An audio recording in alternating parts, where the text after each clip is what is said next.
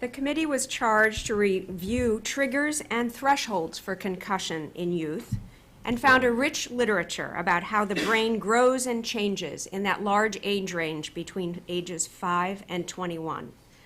But the committee found very little evidence that addresses how this normal development timeline may actually make the brain more adaptable or more vulnerable to a concussion at different ages.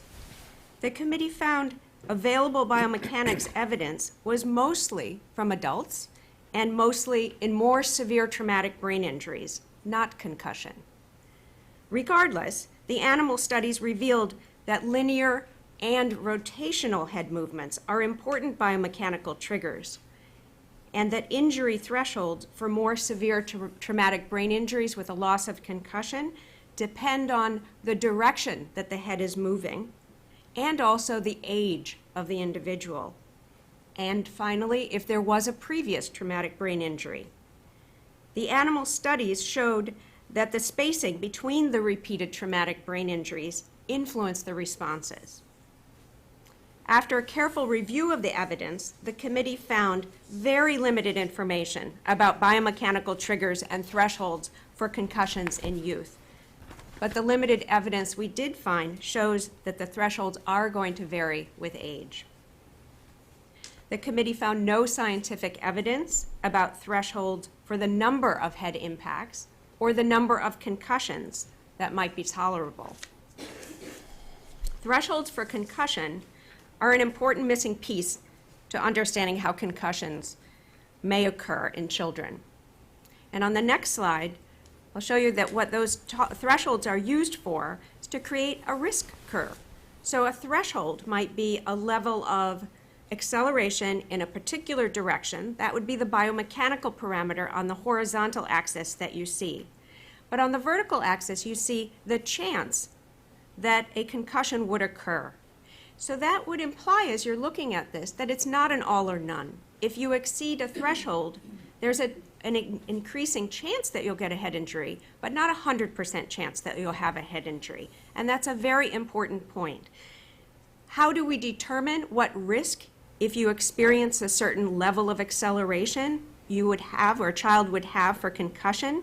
Scientists use surveillance data with monitoring equipment. Is very important to say, under these types of conditions, what fraction of children at what age, under what conditions, would experience a concussion? What is the risk of concussion? Using these monitors as research instruments is very important. In addition, knowing whether or not a concussion occurred is important in gathering that surveillance data. And currently, right now, with a culture of underreporting, we're challenged by knowing whether or not at a particular level of acceleration an injury has actually occurred or not.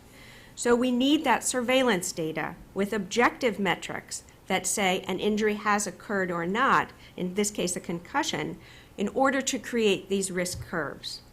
If you take a look at this risk curve, you'll note that there are two flat horizontal areas on the risk curve. In those flat horizontal areas, reducing a biomechanical parameter like acceleration by 20% will not really dramatically change your risk of concussion. And there's an exciting, very steep area where reducing the biomechanical parameter, if it's acceleration in a particular direction, does have potential for greatly reducing the risk. Parents, athletes, coaches, and manufacturers use these risk curves to make informed decisions. These curves will change with age of the child, the direction that the head moves, and whether there's a history of traumatic brain injury or concussion. The committee found little evidence that was available to create these curves for youth. So the committee made 3 recommendations that will provide that much needed information. First, the surveillance that you just heard about.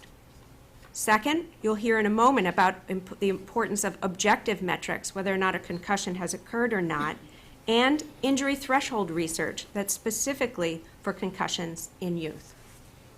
Thank you. Art?